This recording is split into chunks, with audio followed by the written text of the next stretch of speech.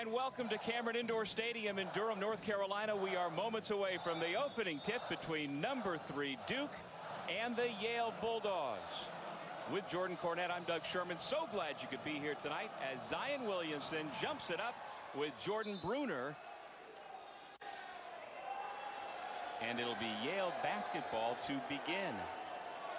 So Jordan, how does Yale, a team that a week ago beat ACC team Miami, already this year beat Cal as well over in China, how do they slow down Duke and stay in this game and potentially win this game? Doug, by not allowing Duke to speed them up. Offensively, do what Yale does. They're shot makers, attack the rim as if they would any other opponent. You get a taste of it right there.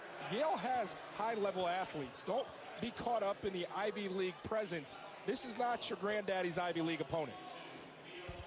And Miye Oni is number 1 on the scouting chart if you're Duke. He's a 6'6" junior from Northridge, California, who about an hour ago Mike Krzyzewski said he is a first-round pick. That is how good this young man is. And so that tells you right away, Duke not taking this opponent, nor Oni, lightly, especially as they saw how they started that first half versus Hartford. They're going to come out ready to compete.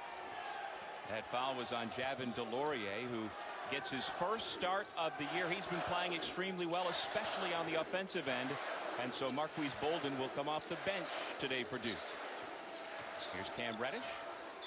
Had his shot blocked by Oni. On the held ball, the possession arrow belongs to Duke. Oni, a versatile defender, capable of guarding a taller Barrett who's comfortable putting it on the deck, can move laterally with him, and has that shot blocking ability. Off the inbound, Reddish, who has struggled a bit with his shot lately, misfires. Yale with the basketball at the point. Alex Copeland, a senior from Los Angeles.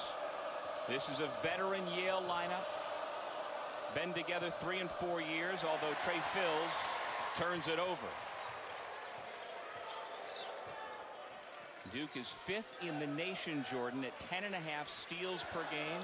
That is their first tonight. And that was a big concern of Coach Jones for Yale coming into this one. Can they take care of the basketball? Zion Williamson, the one part of his game that hasn't really gotten going, the three-point shot. He's now 2 of 14 on the year. That's a win for Yale defensively. Make Duke jump shooters rebound and go. And that's how Duke will hurt you. Get out and go. Javin DeLaurier with the throwdown.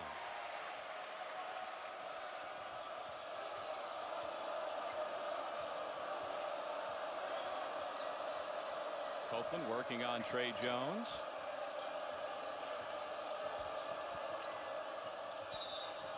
Traveling violation. Those are the turnovers that Yale head coach James Jones can deal with. Not live ball turnovers. That gives, of course, the ball to Duke, but it doesn't allow them to get a slam dunk at the other end. And that's what a Duke dunk does. It's the domino effect. Everyone says a dunk's worth only 2, but it's so much more for this Duke team. They feed off it. It energizes them defensively. They speed up the opponent and create turnovers. R.J. Barrett leans in and scores the bucket. The 6'7" freshman from Mississauga, Ontario, ties the game at 4.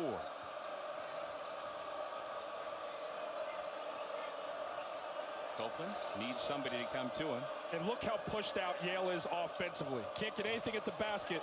This Duke defense intimidating them all the way out beyond the arc. Shot clock under 10. Tough shot by Oni. And you know, James Jones, when we asked him yesterday about how do you keep up with the athleticism that is Duke, and he didn't bat an eyelash, Jordan. He said man for man athletically, other than in that matchup with Zion Williamson, we're okay. And he's wasn't taking a snag at the Duke athletes. He's saying, look, talent for talent, they probably have more, but we've got guys like this. Miye Oni at 6'7", he's a playmaker. You can give him the ball as the shot clock's winding down and say, go get us a basket. When you think Ivy League, you don't expect teams to have that. Yale can compete here. And you saw in that last sequence, Zion Williamson on that post, he'll see a healthy dose of double teams. They're going to test him as a decision maker. Yeah, no doubt. Yale passes the eye test at practice and at shoot-around. They've got athletes, tall and long athletes. Here's their captain, Blake Reynolds, gives it off to Copeland. Copeland working on Williamson. Oni to the bucket with the left hand. Yale a perfect 3 for 3 from the floor.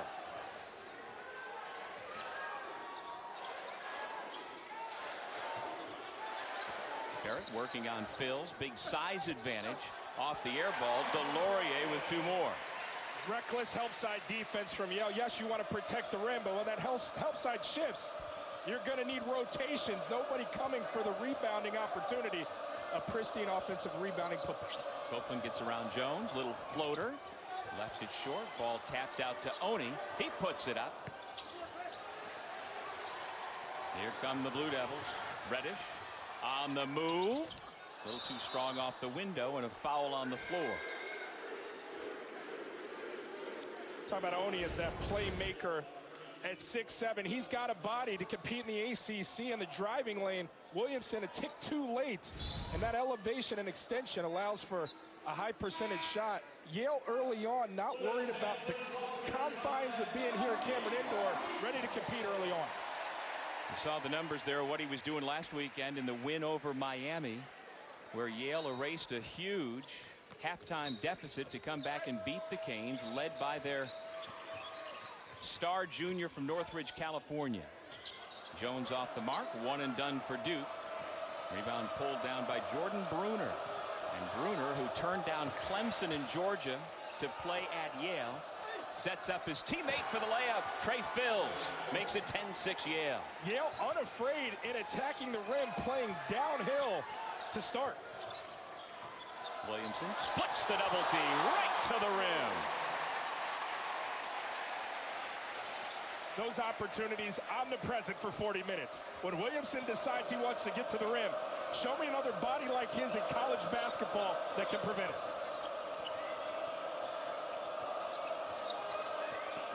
Copeland's post entry taken away by Zion Williamson. Gives it off to Jones, and here comes Duke. Tie the ball game 10 apiece.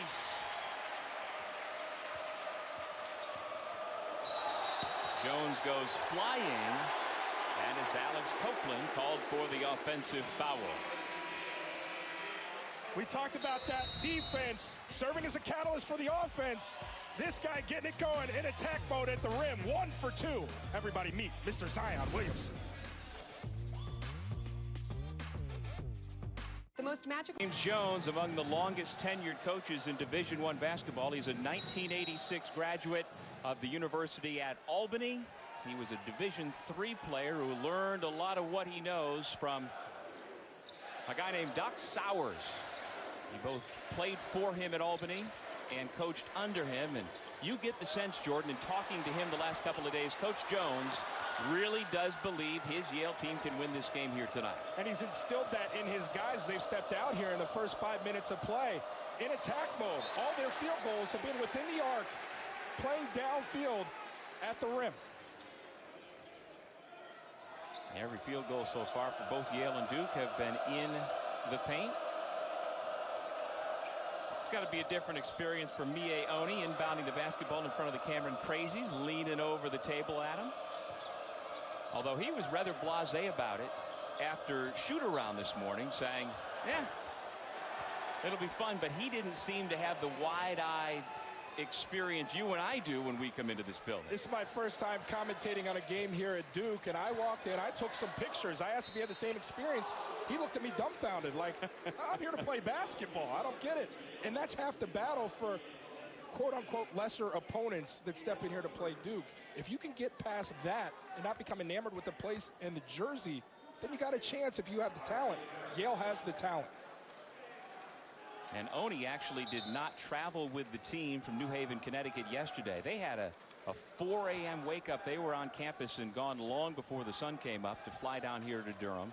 And because Mie Oni was not feeling quite right, he took a flight by himself later in the day. So he missed yesterday's practice, but did work out as normal today. And Coach Jones, when asked, how is your star player doing? He goes, I don't care. He's here. He's going to play. We need him to play. R.J. Barrett ties the score again at 12 apiece. Like to see Duke try and dial up the pressure on ball defensively. This is a turnover-prone Yale team, averages about 16 per game. You make it uncomfortable defensively. Again, there's that domino effect for Duke. Everything falls in line. There's Oni. Off to the corner, Swain. Tony. Wraparound pass, Bruner. And the young man from Columbia, South Carolina, knocks it down.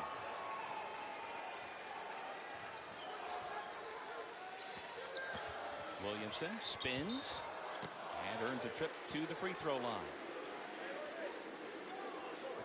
And for a stagnant offense for Duke, that is always an option to clear out, let Zion Williamson do his thing. There's no defense that can keep him in front. Meet that chest. Nobody's willing to take the charge either. And he does such a fantastic job with body control to prevent a lot of those potential charges. All right, Jordan, you are the all-time shot block leader in the history of Notre Dame basketball. If you were facing Zion Williamson coming at you like that, how would you react? I'd act like there's a slippery part of the floor. My ankle, coach, check me out. I didn't have to worry about blocking shots against guys like this. This is the new age athlete.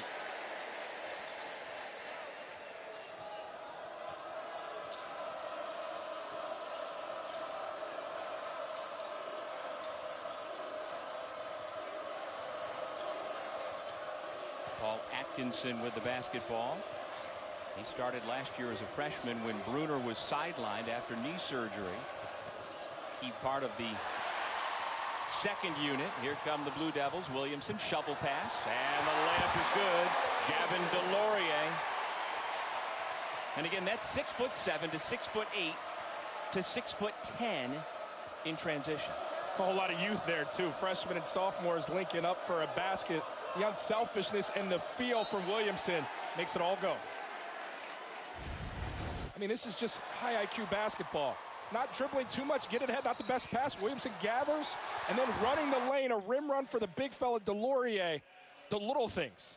He's not going to give you 20 and 10 a night, but when he does things like that, makes him an impact player to go along with stars like Williamson. And Coach K talks all the time about the fact that his co-captains, Jack White and Javin DeLaurier, both are role players, but Jordan, they're both very comfortable in their roles and comfortable in their skin, which is so important. And that's what helps the program rise. Duke remains relevant in the standard, the gold standard in college basketball because of the buy-in from blue chip recruits that come here, realize there's other guys that belong having the ball in their hands and they're comfortable with that.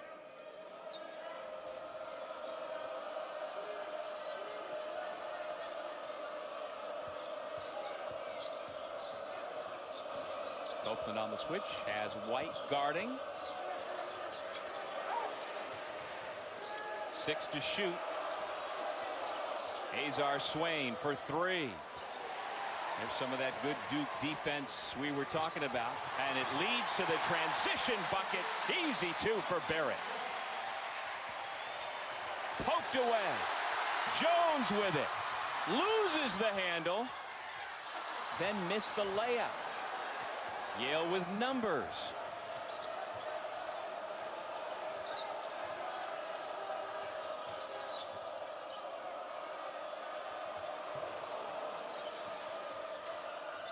Little floater, doesn't go home, but the putback by Atkinson. Young man shooting 71% from the floor this year. It's because of shots like that. Unafraid, the big fella. Yes, he's a sophomore, but 17 points in that big program win versus Miami makes him feel like he belongs. He's got the body to be an impact guy here tonight. The little things.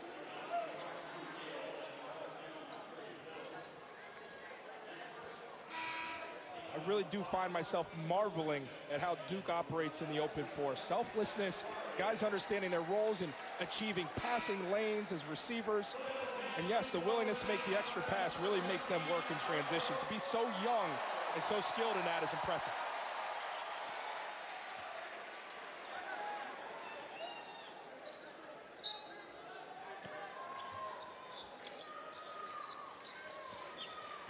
Off the inbound, Reddish leans in. Tough shot.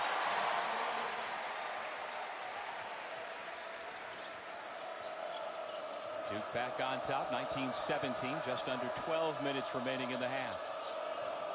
Duke 8-1, having won 3 straight since the loss in Maui to Gonzaga. Another steal, but then a takeaway by Yale. Swain throws it up for grabs. Reddish for 3. And this is going to be an interesting segment for Yale right now. Alex Copeland checks out their primary handler. Oni is now their point guard, a team that is turnover prone. Turn that up a notch with their true point guard on the bench. Trey Phils, air ball. Alex O'Connell just into the game, the rebound, and there is Phils playing defensive back with the steal.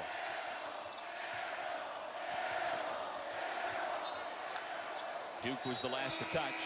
Yale will have it when we come back.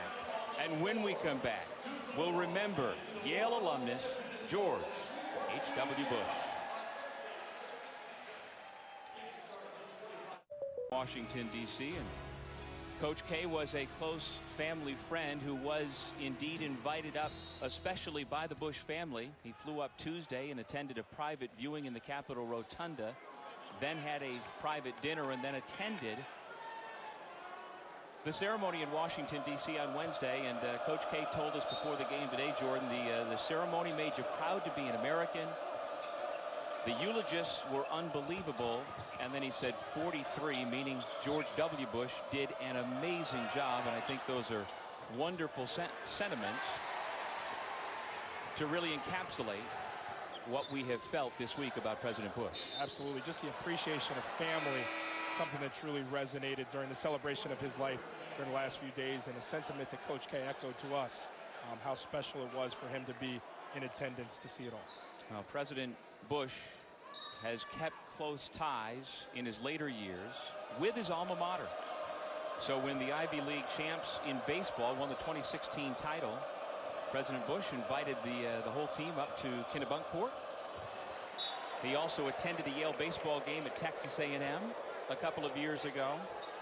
And he might have been conflicted on a game like this one, rooting for his friend or rooting for his alma mater that meant so much to him. Either way, he's looking on from above, without question. Well, you know, President Bush actually played quite a bit of baseball here along Tobacco Road, including right here on this campus. Back on April of '48, he and his Yale team played at Duke. It was the final of a 4-game trip to Tobacco Road, and in that game, Duke lost 10-1. And President Bush, batting 6th, playing first base, went 0 for 2. And you're right, I would imagine he would have been watching and rooting for both sides in this game. Barrett fouled just past the midpoint of the first half. And in a world where the three-point line has been king, nobody really getting it going with the long ball. Yale has had their look struggle mightily out of the gates, 1 of 5, whereas Duke hasn't even really flirted with that three-point line, trying to be in attack mode and challenging this Yale defense to keep them in front. Offensive foul against Marquise Bolden. And for Bolden there, it's a poor decision. I get trying to be aggressive and back down, but you're pushed so far off the block. Kick it out, post, repost. You might have more success. Let's see what Yale is able to do with the basketball. Lately they have stalled. Last 4 minutes, only 2 points scored, and during that time, a whopping 5 turnovers.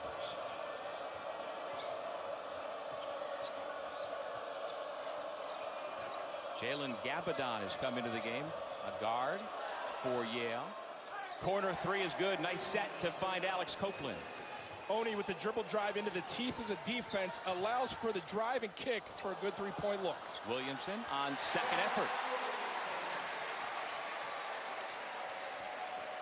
At times you just think Williamson has to be more selfish. As talented as he is, this defense can't contain him. He has to demand the basketball and look for Duke to build. Clean look, Gabadon. Duke looking to run. Barrett off to Jones, who didn't even look at the basket. Instead, Reddish off the front rim.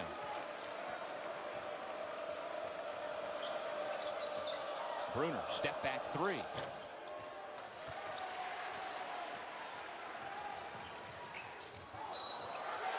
Offensive foul against Zion Williamson. And that is number 2.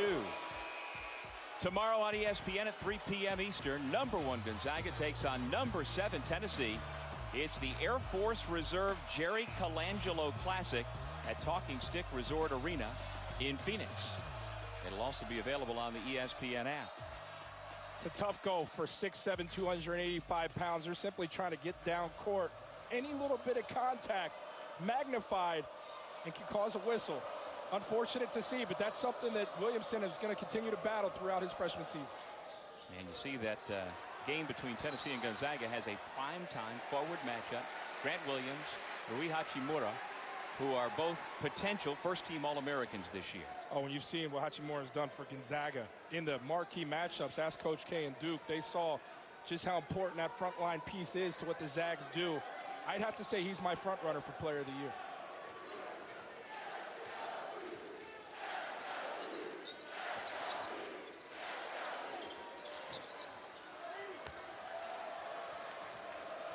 Yale with it, down a point. The Bulldogs have led by as many as 4. Bounce it off. And Reynolds with the slam. Too easy of a blow by off the dribble drive. Help side comes again and no rotation. O'Connell. He was Duke's top 3-point shooter a year ago. Still has that really nice stroke.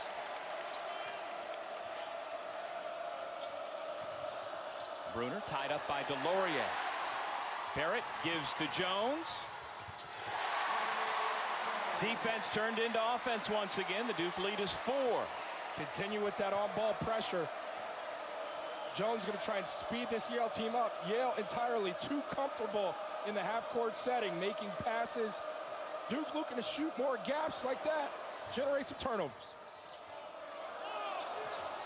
Oni has his pocket picked by Jones. Now you sped them up. Now Duke can run. Now the tide is turning. Momentum shifting.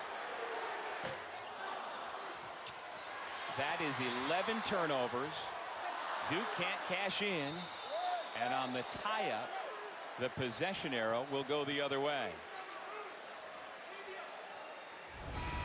We talked about that transition game in the open floor. Barrett to Mr. Jones, try and keep up with the Joneses. Yale can't quite do it. Him the Heisman Trophy. And I don't know if those guys would have had any kind of successful season if Williamson was lining up on the other side on that defensive line, the athlete that he is. Well, his father played football at North Carolina State. I'm sure if Zion had chosen that path, he would have been an outstanding college football player. A young man destined to be successful in whatever pursuit. And I tell you what, he is truly a social media monster. His Instagram followers, 2.1 million. To give you perspective, the Duke basketball Instagram is #1 in the country among college basketball teams. They have 806,000 followers. Wow. So get this, Zion by himself has more than 2 times more than Duke has followers, and he has 6 times more than the next team in line, which is Kentucky. It's so admirable the job he's done as a young man with the spotlight so firmly on him and almost the responsibility of the college basketball game, the star that he is. And he does it with, such class and that $1 million smile on his face, and what a great representative for Duke basketball and the game itself. Really fun to watch. Here's great another, teammate. Yeah, another example of what a good teammate he is. So before the season, Sports Illustrated came to Duke to take a picture of the terrific freshman class to put them on the cover of their annual college basketball preview edition. And they invited the 4, Jones, Barrett, Williamson, and Reddish. And immediately upon walking into the room, Zion recognized that the 5th member of the freshman class, Joey Baker, had not been invited. And not with any sort of malice or nastiness, just very openly said, well, Joey's a freshman, he's got to be here too. And so sure enough, Joey was included in that picture. And so the 5 of them have been immortalized together on the cover of this year's Sports Illustrated College Basketball Preview Edition. That's why Coach K's been able to win with young guys, because it's the quality of young guy that he's getting. Not just a talented player on the floor, but a young man that other guys want to surround themselves with. That's a fantastic story. And there's Baker right there, who looks like he's headed towards a redshirt season. He's yet to get in. He's no afterthought. He was number 41 in the 2018 ESPN 100. He is a high-level recruit who likely will not play this year. He'll redshirt and play his freshman year next year. But when your best player or your best players treat others on the roster as Zion has done for that young man, it resonates all throughout the program. No question. And, taking this to Yale, I'm looking at these numbers, Doug, and for the fact that this Yale team has 11 turnovers and is on the road at Duke, you know, their star player is not having a magnificent game by any means. He's performing in Oni, and yet they're trailing Duke by 4 points. It's all due to the fact that Duke simply, again, not hitting shots in the first half. The same thing that plagued them versus Hartford. Again, can't really get it going offensively, which has allowed Yale to hang. Yale's also done a great job in the offensive side when they do take care of it, of taking good shots. Can they continue to value the basketball, something that's plagued them better part of 15 minutes here in the first stanza? That foul was on Blake Reynolds, the senior captain, with his second. And so Jack White at the line. Of course, one thing James Jones, the Yale head coach, was concerned about coming in was what kind of whistle would we get. And when you go on the road in college basketball, the coaches will all tell you it's just not the same. And they have great recollections of coming here 3 years ago. Yale played well, but coach really felt like Duke got a favorable whistle that night, and it's something that he's got to keep an eye on here tonight. And yeah, you could argue that coach may be onto something, or you could argue that Duke's physicality and their style of play puts the pressure on a whistle to be blown. Regardless, Yale has stayed relatively out of foul trouble, and for that reason, they're able to hang in this game. They're not deep enough to lose any star power due to violations. Bruner picked up the dribble. That opens the door for O'Connell with the tomahawk.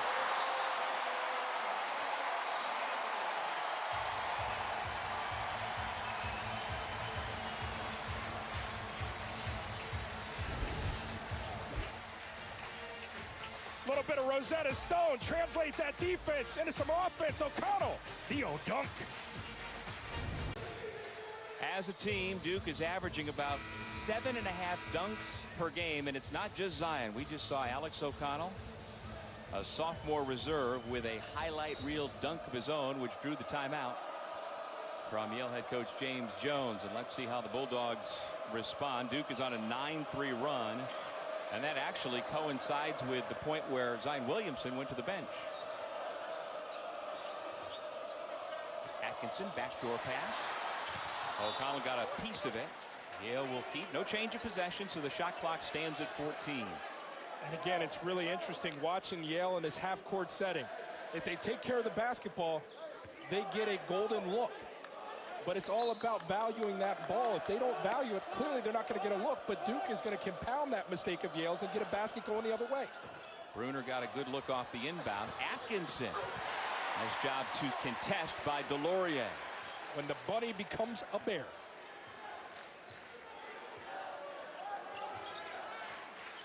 Barrett over Oni for three.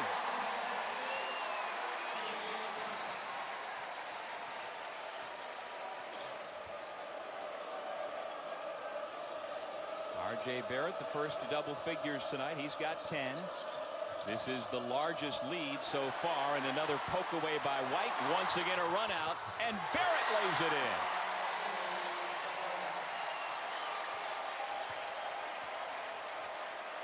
That ball didn't touch the floor. Sublime execution with the leak out. Oni into traffic, and he was fouled on the shot. I mean, Doug, I've never seen anything like it. A lot of college basketball I've watched. I played the game. You get the steal, one dribble, release, pass, one dribble the other way, and a dunk finish. Eliminating the dribble, pushing that basketball with the chest pass, fundamentally sound, pristine execution. Rowan Alexander Barrett Jr., of course, his father of the same name, played at St. John's back in the mid-90s for Brian Mahoney.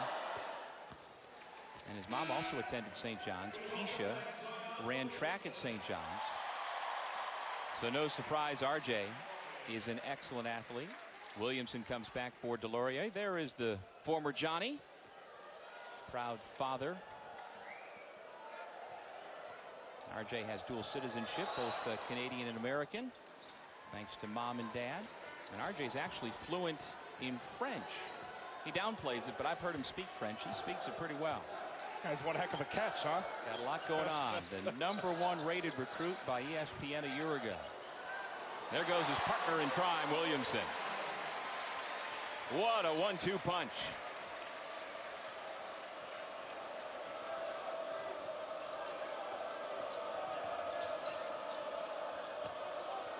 Bruner throws it into the Duke bench. Turnover number 14 forced by Duke. That Duke team really gave him a lift on the bench, put together a 14-4 run. Zion returned, pick it up where he left off. Duke in control.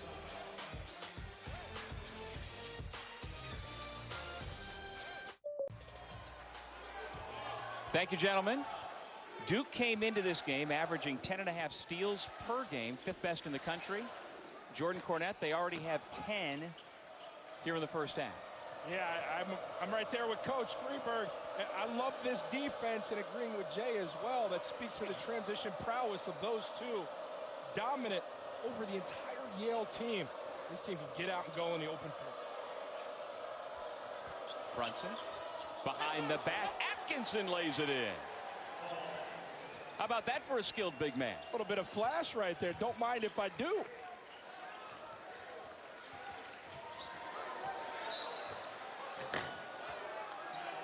Foul on the drive. It'll go against Gabadon. How about this behind the back look? Couple dribbles off the bounce. Brunner behind his back. Interior pass nonetheless. Point blank range and an easy finish. Yeah, the 6'9" junior out of Spring Valley High School in Columbia, South Carolina, was a high 3-star rated by ESPN, who picked Yale over Clemson and other finalists Georgia and Tennessee. And Bruner missed last season with a meniscus injury, underwent surgery. And if you play in the Ivy League, there's no such thing as a red shirt. So that sets up the likelihood that Bruner, after next year, after his senior year, he'll still have a year of eligibility remaining and will likely be a grad transfer. No slam, foul given up before the dunk against Bruner. And that sets up the possibility that Bruner will likely transfer elsewhere for his final year of eligibility. Look at the hustle right there from Jones. You got to love it getting on the floor. And I thought maybe they'd call some sort of impeding. They might take a look right here maybe to see if it's any type of flagrant 1 or 2. I don't think so. But just the explosiveness of Williamson to corral that basketball and go the other way. Wow. Well, a couple of guys who know their way around the Final Four, Mike Krzyzewski and Teddy Valentine, having a conversation as they look at this video. I mean, you got to reach in for the basketball. And he tries to grab the body. If they blew the whistle in the initial reach for the ball, I see no reason to flirt with a flagrant of any sort. Although the arm didn't go up, it didn't look on the initial reach.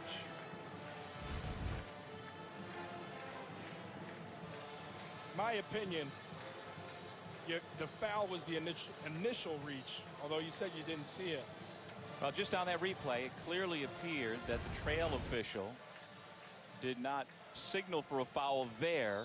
He signaled for it there. Looks like they're calling it a 2-shot foul. Which I don't know where it's a 2-shot foul. Well, they're in the double bonus. And that will be the call. So it'd be a 2-shot foul for Williamson. And that is the right call. Off the reach in.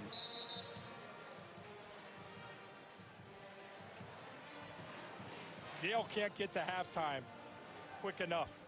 2 and a hook left to play in the first half here. Was firmly in this game, only trailing by 10 at this moment. But you got to look at it and say, hey, guys, we take care of the basketball like we did for the first few minutes of this game and had a lead. We continue to do that, maybe we can chip away at this deficit. But right now, it's all Duke, triggered by that defense and the open floor scoring in space.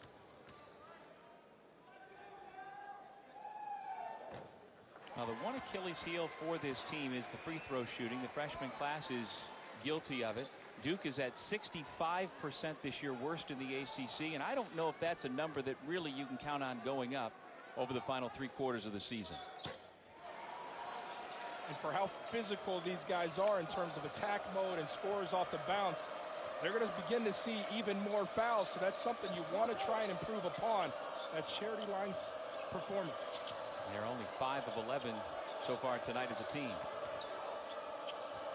Oni up and over Barrett.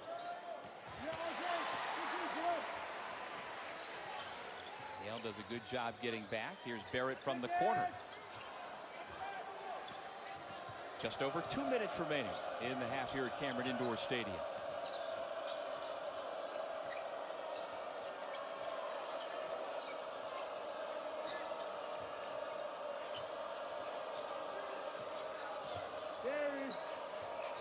Freshman Matthew Cotton getting an opportunity. It's when Yale picks up their dribble. That defense just suffocating. There's no available receivers.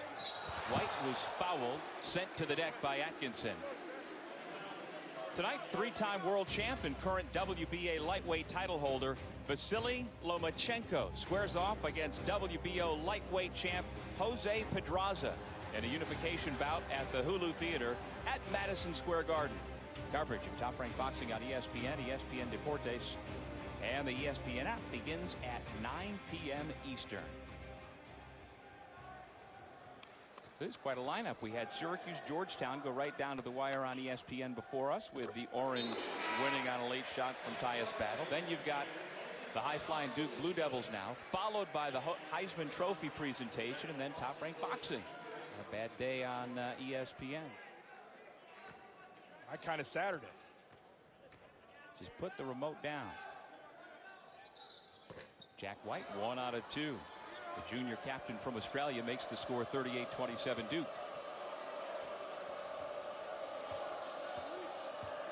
Gotta look to involve your star Oni. Maybe give him a high ball screen. Let him drive on this Duke defense. It's been giving up driving lanes and gaps to pursue. Well, he picks up an assist on the three-pointer by Azar Swain.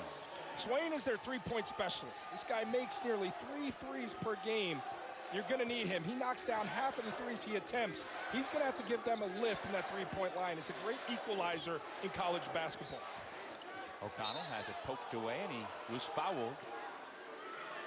And so O'Connell will head to the line to shoot 2. Alex O'Connell's older brother Sean is a graduate transfer this year at UNCW, and they are from an unbelievably athletic family, Jordan. Alex is a legacy here at Duke. His father David played for the Blue Devils back in the mid-70s for Coach K's predecessor Bill Foster. And then their uncle Mike played at Notre Dame back in the late 60s and early 70s for Johnny D. And then Uncle Tim might be the best athlete in the whole family. He's a Xavier Hall of Famer, drafted by both the Indiana Pacers and the New York Yankees, chose to play baseball, got up to Double-A ball in the Yankees minor league system as a first baseman, left-handed pitcher. As for Alex, he's really injected life coming off this bench for the Blue Devils this evening. Austin Williams off the mark.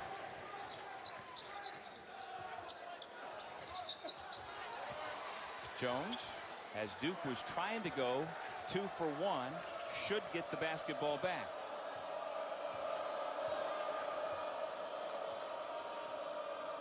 Comes your ball screen for Oni. Mie Oni hanging in the air. White blocked the shot.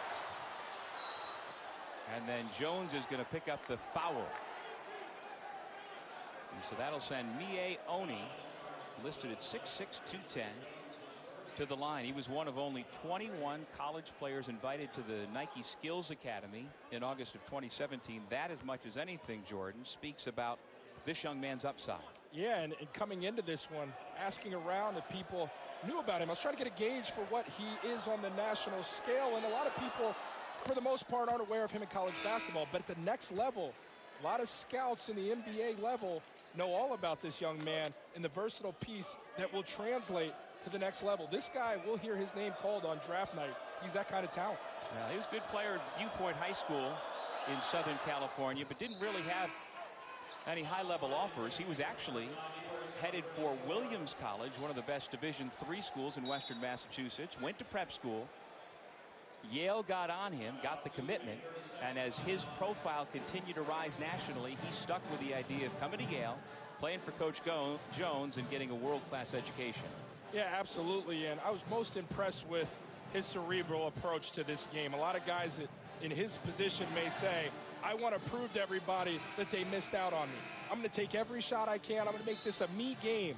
Oni did not have that approach. He's shown that's not his approach. I almost want him to be more aggressive in the shot attempts in his first half, but he's out here to make this team better, and that's exactly what he's done in his first few seasons with this Yale team. Well, his coach calls him a diamond in the rough. Coach K said before the game he's a first-round pick.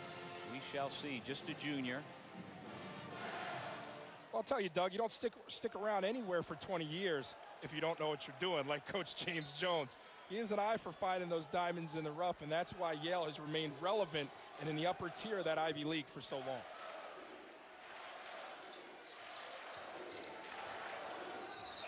Years. That's the 11th longest tenure in Division I basketball. 5 seconds. Here's O'Connell from the corner. White with the follow slam. And that'll take us to halftime. Duke on top by 9. That's how you punctuate a half. Turnovers without question plaguing that Yale team.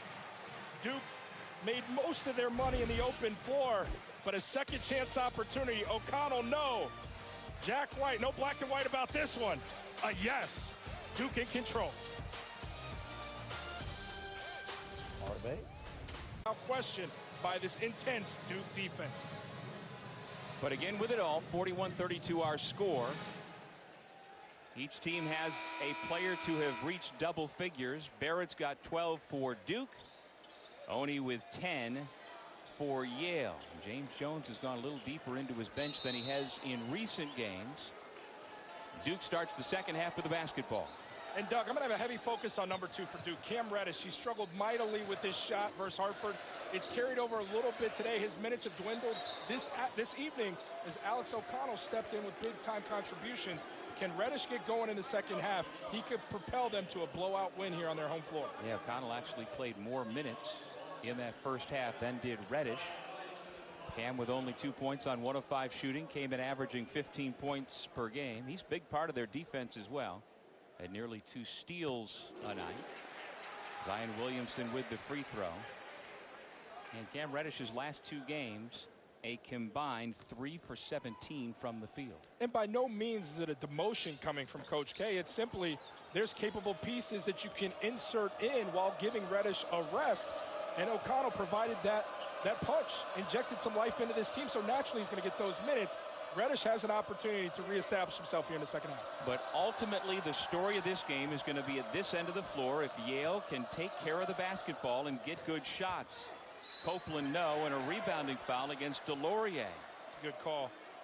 Bruner had that inside position, offensive rebounding real estate. Delorier tried to catch the box out as he's midair. Excuse me, that wasn't Delorier. That was Blake Reynolds who got in. Oh, no. Yeah, there you come the fly in from Bruner. And, yes, that's absolutely his third for Delorier. Coach Krzyzewski out onto the floor trying to get his players to move. I'm not sure exactly what he is trying to direct.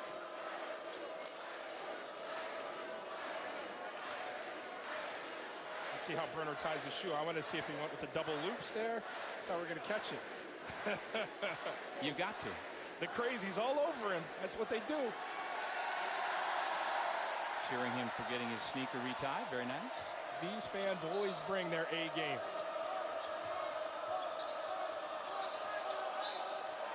Timeout call as Alex Copeland couldn't get the ball in bounds. And so we'll take a break here at Cameron early in the second half. Duke up 10.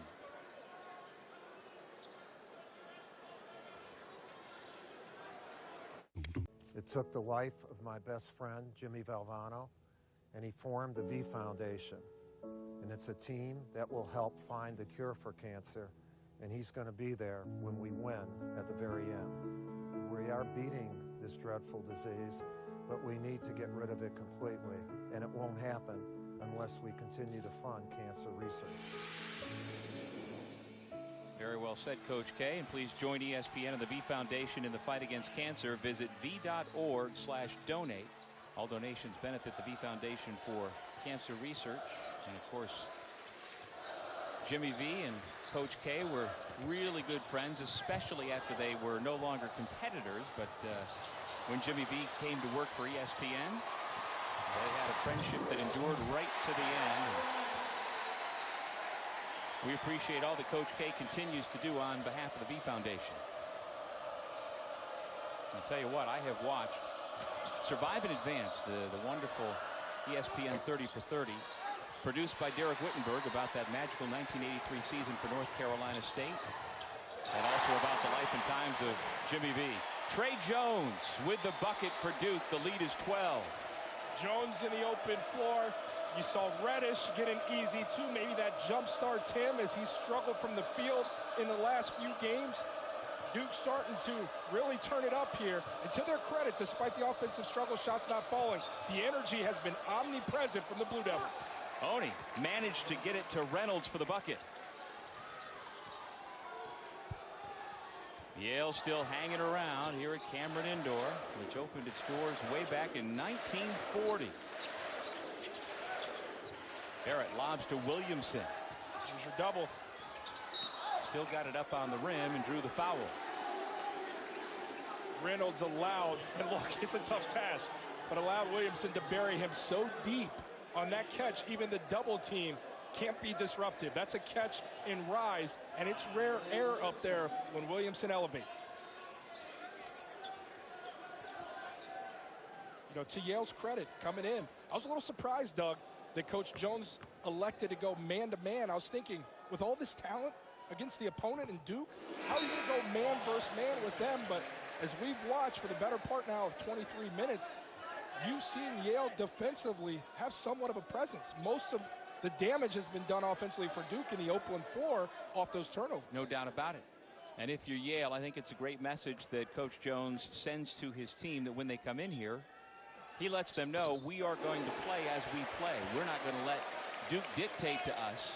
We are a man-to-man defensive team primarily. Yeah, Coach Jones had me laugh, and he said, I said, no zone. He looked at me, he goes, we don't play zone. What, I'm supposed to throw that out there and just watch us play a bad defense because we're going against a great team? No, we're going to do what we do. And if they beat us, they beat us. But they're going to beat us and who we are, not who we're going to pretend to be. Well, Atkinson turned it over. He got himself in a position where he is not comfortable. That's a young man who never shoots the basketball outside of 3 or 4 feet. And so he shuffled his pivot foot for the 18th turnover committed by the Bulldogs. And yet only trailing by 12 points. The missing component as I watch this Yale team, a team that figures to do a lot of damage in the Ivy League. I like what Alex Copeland brings this team, but at 6'3", he feels like more of a two guard, an off-the-ball guy. They're lacking that consummate point guard to get everybody in line and be that floor general, something that Duke is blessed with in Trey Jones. And in spite of that, like you said, Yale's expected to challenge for the Ivy League championship. Off the bounce, Cam Reddish gives Duke its largest lead.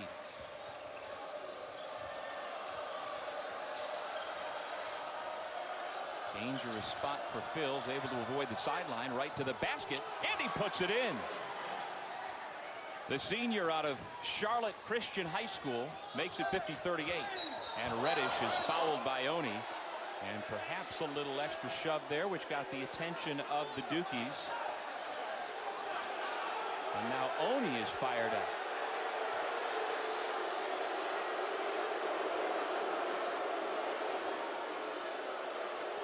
I don't think they appreciated the contact on the drive from Reddish. Got a little tangled up there. Teammates are going to look out for teammates. Luckily, it didn't get too chippy there. It's natural, comes with the game. Well, Jordan, isn't it much like the tone set by your coach, James Jones? The team feeds off the tone set by your best player, Mie Oni, perhaps showing his guys, hey, we're not going to back down here. Yeah, absolutely not. Reddish on the blow by Oni. That's a pretty hard foul. They got a little tangled there. Reddish trying to remove him off. Barrett comes in to stand up for his teammate. Then you have the whole back and forth. I've been there before. What you have there, not necessarily these guys, but I used to be the king of it. You act like you're the toughest guy on the floor. There's literally 10,000 witnesses here. You're not going to do anything tough, guy, but you can act like one because you're protected there. None of these guys were engaging in that. That was just a foul and a couple words exchanged. Competition, it happens. And certainly nothing that, as far as I'm concerned, would rise to the level of a flagrant foul. The officials did take another look, and it appears that it'll just be a common foul. But the basketball takeaway, the X and O's takeaway from that is Reddish seems to be finding his rhythm here in the second half. Got the easy layup off the scrum. The ball leaked out to him, got a layup. Then he had the pull up rhythm mid-range jump shot, and then the blow-by, because they respect that three-point shot of his. He puts it on the deck, gets to the rim.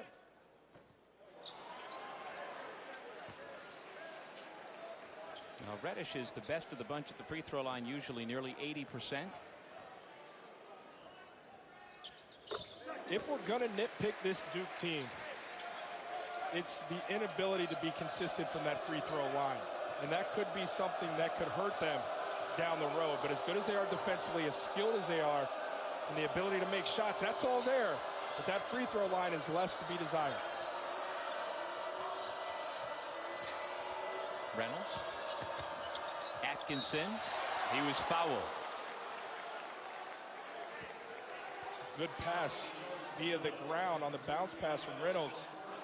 Impressive to gather and handle Paul Atkinson right there and draw a foul. It's going to be on the floor. Yale makes something happen here as Duke's building. Alex Copeland gets it in. Miaoni double teamed, actually triple teamed because of the baseline, able to get it out to Reynolds. Around it out. Zion Williamson, long pass ahead, finds Barrett. Back to number one, and Zion with that soft left hand. Got away with the travel.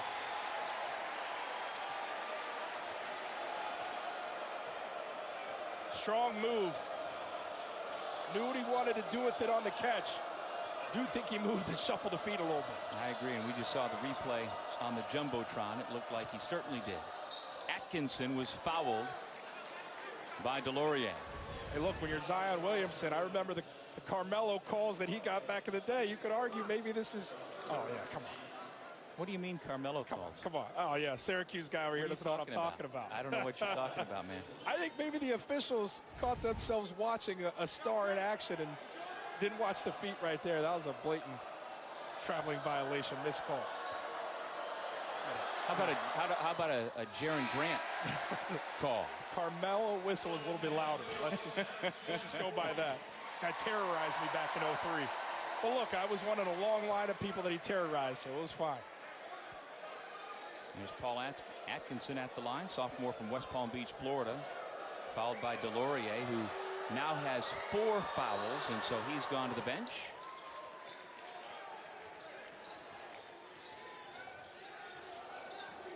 Four minutes into the second half. The Duke lead is 14. Easy. Well, Duke's a perfect 5 for 5 now in the second half from the floor after the slam dunk by White. This beautiful feel of the game. Williamson gets that double team. White moving without the basketball, finds the receiver. Beautiful basketball. Oni, the step back. That's a big time move right there.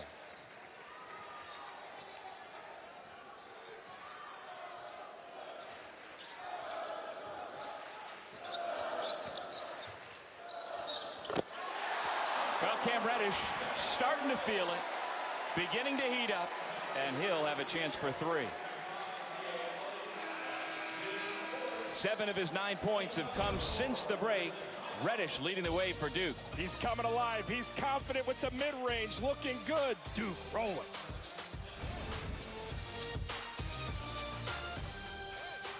Plus, earn everything, an 8-part all-access series on Duke basketball, and you can start your free trial of ESPN Plus now and watch all 8. They had cameras embedded behind the scenes with Duke basketball for an entire 4 months, leading right up to the opening tip-off against Kentucky. Really something else. Yeah, Doug, and look, I get it. You know, some people hate the Yankees because they're so good or they love them. Same with the Patriots, same with Duke basketball. But you're watching a brilliant mind at work behind the scenes when you watch that with Coach K. It's a really intriguing watch, and I've thoroughly enjoyed it. Atkinson the dunk. By the way, all 3 of the high-flying Duke freshmen now in double figures. There's Williamson to Barrett, who missed the 3. And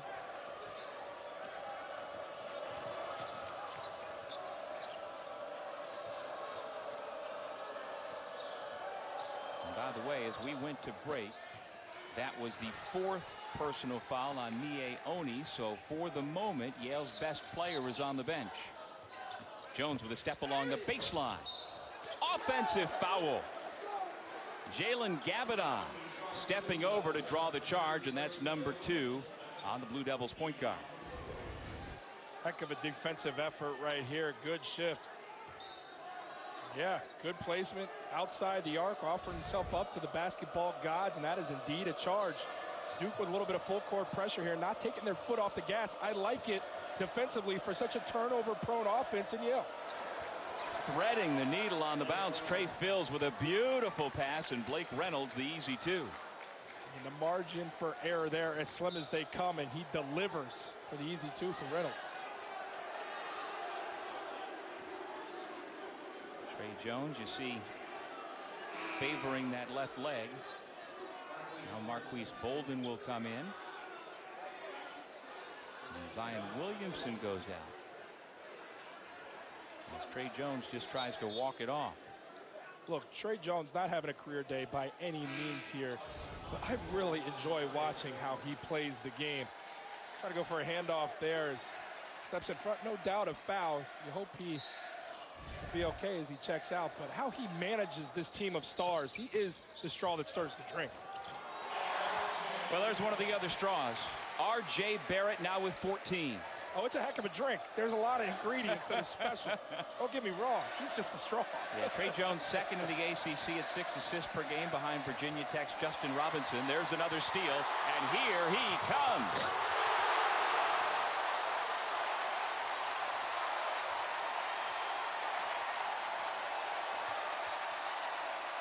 Last couple of games before this one, R.J. Barrett was a combined 22 of 28 shooting. He is at it again. Here tonight, the block shot has Duke on the move again. 3, no.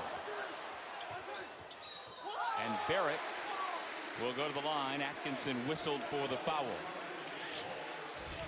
It can get out of control quickly, getting in a passing lane, but when they get that steal, they're immediately opportunistic to get 2 on the other end, and Barrett, no regard for the rim right there. And I told you about how well he's been producing from the floor. He's also been knocking down his three-point shot the last few games at a much higher rate, showing a little more of the versatility. There's a reason why a lot of folks think he could be the #1 overall pick in the 2019 NBA draft. Yeah, look, Zion Williamson has an argument there when you look at the body and how that will translate. I get it. But when I watch this team, I look at R.J. Barrett and say, he is the lead act. He is the headliner. He is the guy that makes the most sense at that top pick. But again, you can't go wrong with any of the 3. There you see the latest ESPN.com mock draft has Zion 1, RJ 2, Cam Reddish 4. Can't go wrong either way. And that's what Barrett can do that Williamson hasn't quite mastered, the long ball. Last 8 points for Duke has been scored by Barrett. He's up to 20 for the game.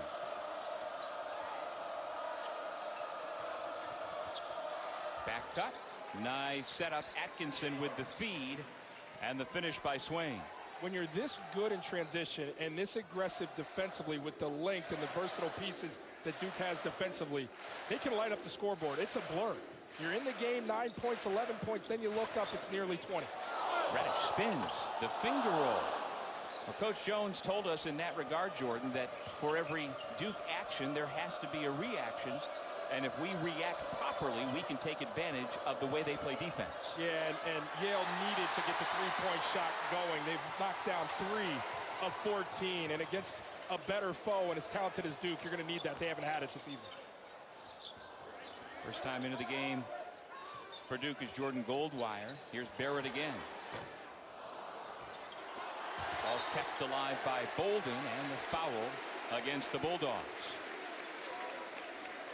That'll take us to break here at Cameron Indoor. Duke stretching out that lead over Yale.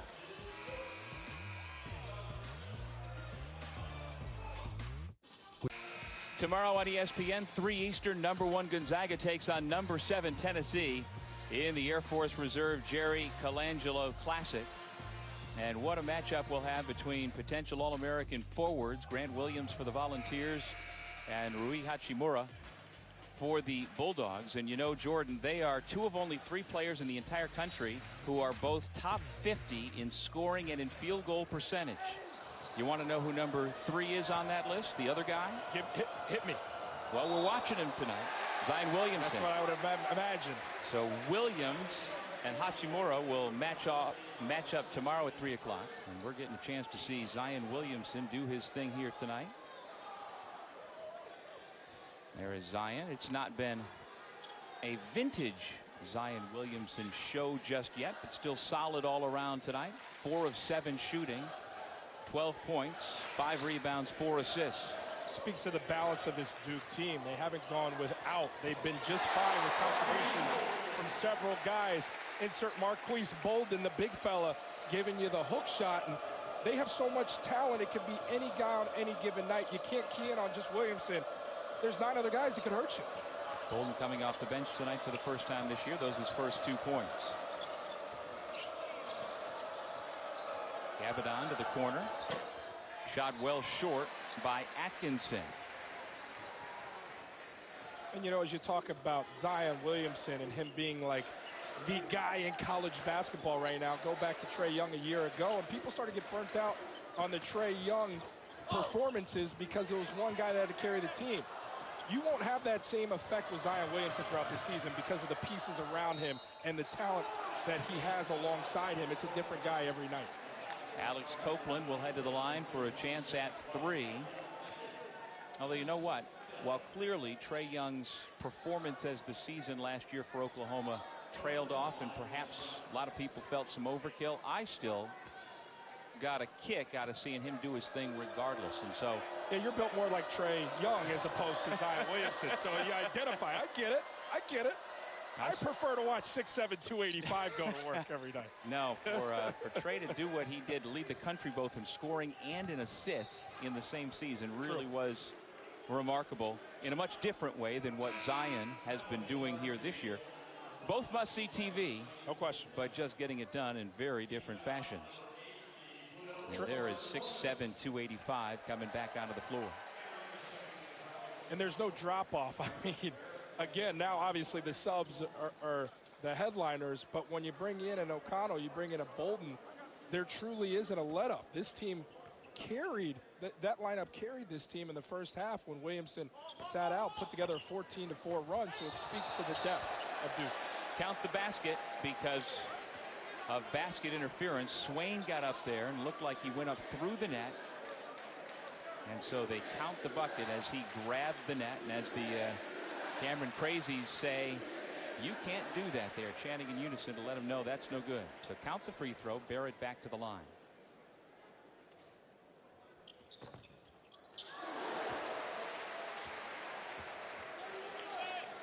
Well, coming up 8 o'clock Eastern, don't miss the unveiling of the Heisman Trophy winner.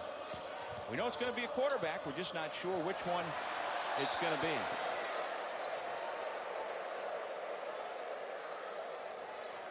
It's an unacceptable sequence.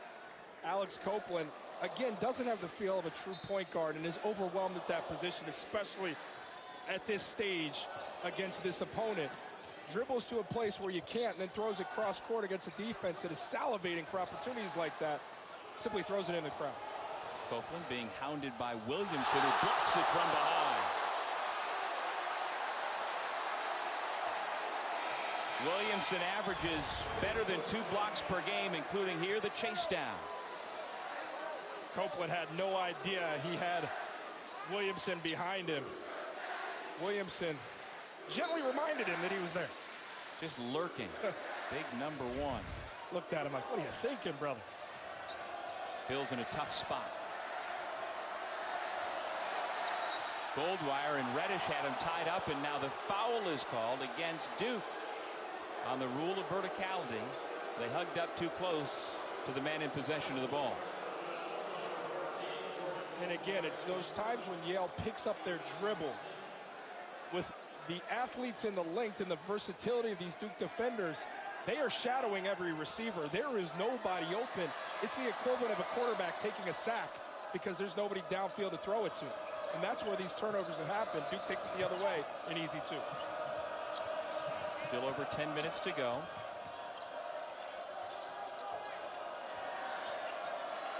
Phil. Look at White go after that rebound. Heck of an effort. He played so good in the opener when they blew out Kentucky. Coach Krzyzewski was just raving about his captain from Australia. Perfect role player is what he calls him. A role player for Duke is a star on the collegiate landscape.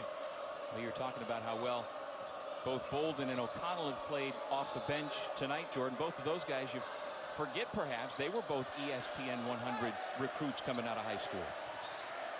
Bolden was top 20.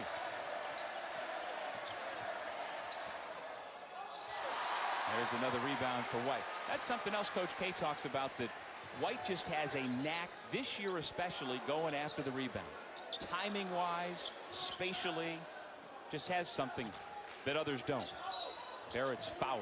And again, that goes back to 2 years of an education within this program. Goes a long way for a guy like Jack White. Sports Center tonight, after the Lomachenko-Pedraza world title fight with Buchagras and Anderson. I'll have an exclusive interview with the Heisman winner. All the highlights from the 119th Army-Navy game.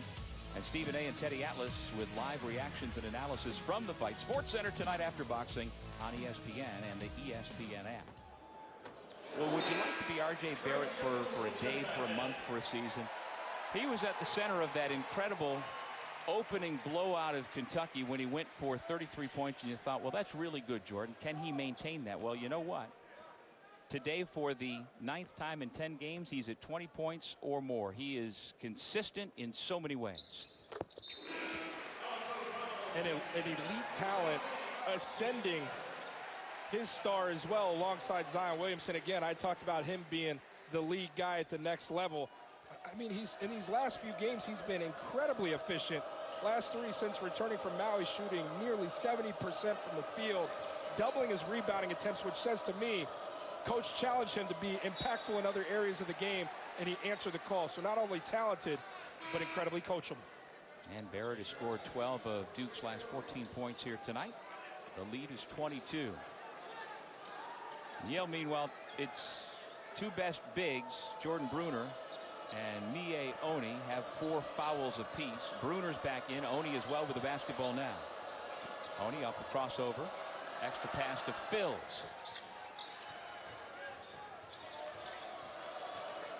Swain, give it back. Bruner lets the defender go by and gets a dunk. A brief sigh of relief for Yale to get something at the basket. Undefended. Now Yale with the takeaway. Bruner to Phils. Over to Swain for 3. Yale's transition looks slightly different from Duke's in terms of execution and the ability to finish. Now Yale gets up and down pretty well for its level. Love to run. They've got a real good chance to contend in the Ivy League this year. They were picked number 3 in the preseason poll behind Harvard and Penn. Here they come again. Nice job by Reddish to deflect that pass out of bounds. But here in the second half, Yale's been no match for Duke, down by 20.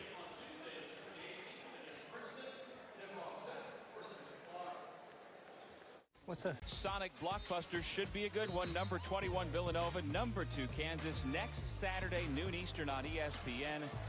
Kansas plays later tonight against New Mexico State, 8:30 Eastern on ESPN2. Villanova, meanwhile, was pushed at home this afternoon, did beat St. Joe's 70-58, and so after consecutive losses early in the year, the Wildcats have figured it out, at least somewhat. And Jordan, I'd have to say the reigning champs from Villanova, nothing's going to come easy for them this year. They're still real good, but it's just not the same having lost 4 guys to the NBA. Still some talent there, but guys in elevated roles learning how to carry that team. Look, I look at November, I look at through December, teams are figuring out who they are. It's like a string of awkward first dates. Then you find your true love come January, February. You start to figure out your identity, and that's what you're seeing around the collegiate landscape. I don't know anything about awkward first dates. In part because I couldn't get anybody to go out on a date with me. Oh, you're a smooth operator, Doug. It's just, it's the exact opposite. Duke up 20. Barrett, Reddish, O'Connell, White, and Williamson, the 5 on the floor for Coach Krzyzewski.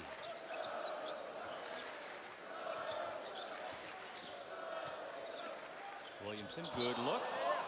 Barrett didn't seem to be quite ready for it. Williamson, though, immediately accepts the blame for being a poor pass. The awareness of Williamson, I mean, to be that big, that massive, that physical, and such a skilled passer, he sees the play before the play. He knew on that catch that he had down low his counterpart in Barrett, and that quick snap reaction almost caught Barrett off guard. And you know, for as much as Zion Williamson is, there's another takeaway, and another chance for three for Barrett.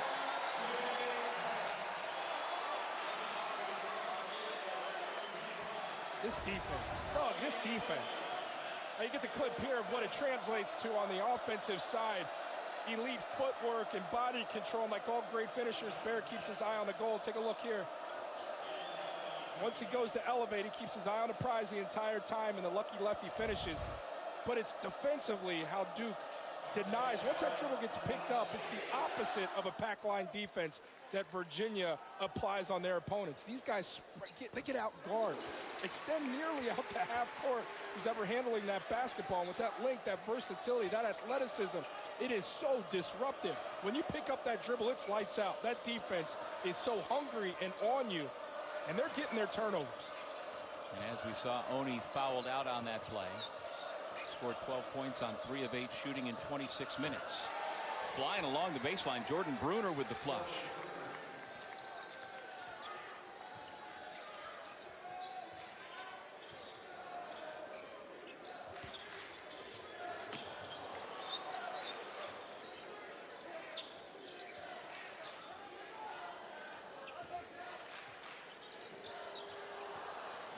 Three-on-one. Phils tried to throw it down with the left hand. He looked to the official saying, where was the foul? And now Phils looks at Teddy Valentine and says, no, that was my bad. Sorry, sir. I think Phils was expecting more contact from Barrett.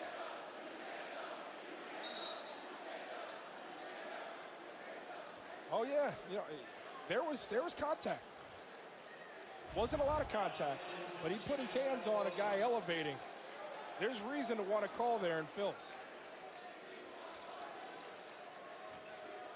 Well, Trey Phils can dunk the basketball. He actually, at their Midnight Madness a couple of years ago, won their slam dunk contest. And he comes from some great basketball lines. His father of the same name, Bobby Phils II, was a star at Southern University and then went on to play in the NBA. And Trey was just 3 when his dad died in that 2000 car accident that occurred when he was driving home from a Charlotte Hornets pregame shoot-around. And there you see young Trey with Michael Jordan, who, in talking yesterday to Trey, said that Michael Jordan, among many people in his life, have been tremendous in their support of him overcoming the loss of his dad. And along with Trey's mom, Kendall, who is in the building here at Cameron tonight, they have raised a fine young man. And we asked Coach K about it in the pregame as well, and he just went on and raved about what a tremendous man Bobby Phils was, and he's so thrilled to see that his son has turned out so well. A second-team All-Ivy performer a year ago, 20 points in a Lehigh win recently, a senior who's averaging nearly double figures and will graduate from Yale. Safe to say Pops is smiling down and immensely proud of the young man that Trey has become. And there are similarities between father and son. They both wear number 13. Dad's uniform number 13 retired in Charlotte. And they also are both very good defenders as well. And when you see facially Trey, you can tell that is Bobby's boy. No question. And this game actually is being played because James Jones is one of those coaches who likes to get each of his players to have at least one game throughout their college career back near their home region. Here comes Copeland, who lays it in. And so Trey Phils has all sorts of folks from the Charlotte area who made the trip here to Durham, including both of his high school coaches, Sean Brown and Zach Goodyear, who he credits as among the many who helped him growing up.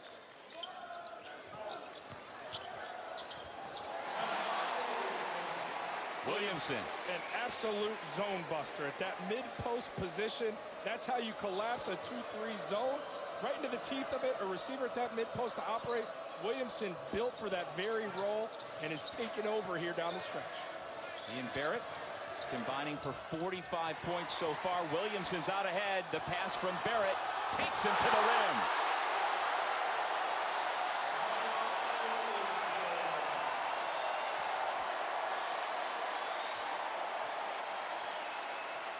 Williamson reaches his season average of 20 points, second best in the ACC.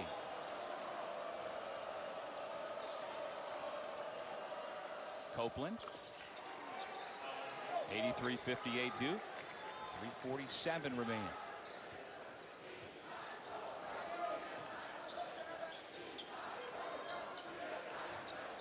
Reddish. There's White going after it. DeLaurier ripped it away. Barrett. Give him 30.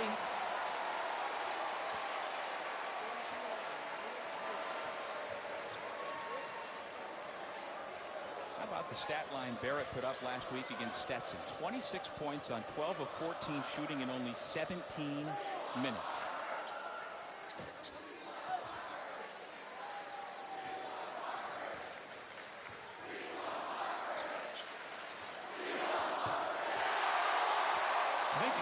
Crazies are now chanting, "We want Harvard," as White knocks down the three.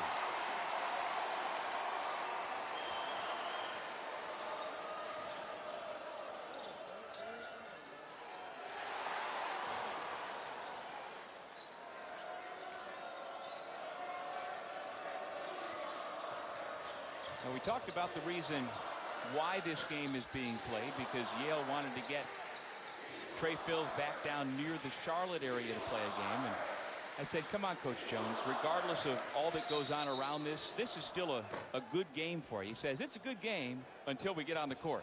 Yeah, there's a lot to deal with when you're coming from the Ivy League and facing this lineup for Duke. Absolutely. How about a little RJ Barrett dead eyes it from three, the lucky lefty, and then Duke shutting down this Yale team like Chick-fil-A on a Sunday. Extra step on that man's ladder. Watching the best players in college hoops.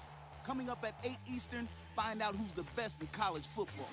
Tua from Tuscaloosa, the Buckeye record breaker Dwayne Haskins, and the two-sport wonder Kyler Murray, all fighting it out for the 2018 Heisman Trophy. Join us at 8 Eastern on ESPN. And that's coming up at the top of the hour, the 84th annual Heisman Trophy ceremony. Will it be Dwayne? Will it be Kyler? Will it be Tua? And Jordan Cornette, I'm going to go with Kyler Murray because I'm not sure either Dwayne Haskins or Tua Tagovailoa can hit a curveball. Oh, there you go. Dual sport athlete. I like Dwayne Haskins simply because he had no defense. What they are dealing with all season, the distractions, yet he still delivered. And no run game either. The amount of times he threw the football, still only threw 8 picks to like 47 touchdowns. Come on, man. Well, they split a couple of the awards earlier this week. My guy got neither. So I don't know if that bodes well for him. Did you roll your eyes as I picked Haskins? Like no shot? No. The other two have had remarkable seasons, and they're still playing for something here. O'Connell had to put it up with the shot clock winding down, and just into the game, Antonio Vrankovic, the senior from Croatia, is into the score column.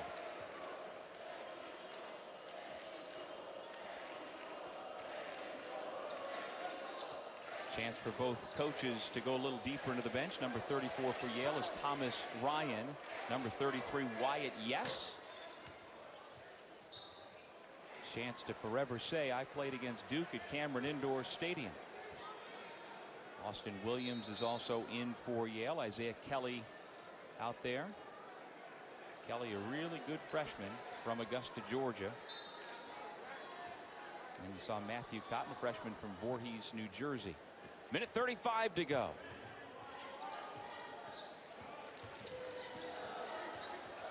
Now Yale's 3-game win streak will come to an end here tonight. Given their third loss, their only 2 previous losses were at Vermont, where not a lot of folks get out of Burlington, Vermont with a win. And they lost in double overtime at Memphis to a pretty good Tigers squad. And that deserves to be reiterated because this Yale team is by no means a pushover, despite what Duke's made them look like here in the second half. This is a very talented team, one you most likely will see in March playing when it really matters for some of these teams. It'll be interesting to see.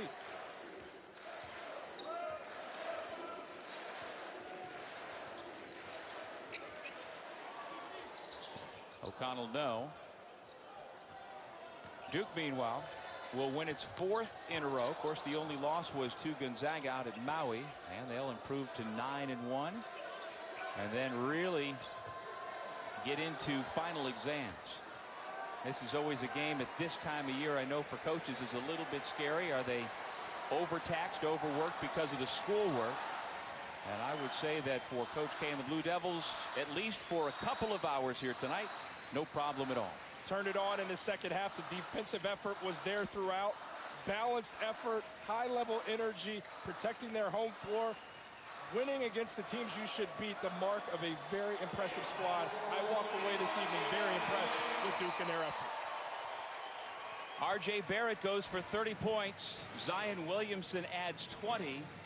And our final score, third-ranked Duke, 91. Yale, 58. The Blue Devils improved to 9-1. The Bulldogs dropped to 4-3. The number 3 team in the country, after a fairly slow start, really got it going in the second half. For Jordan Cornette, I'm Doug Sherman, saying so long. Now let's send you back to Bristol and Sports Center.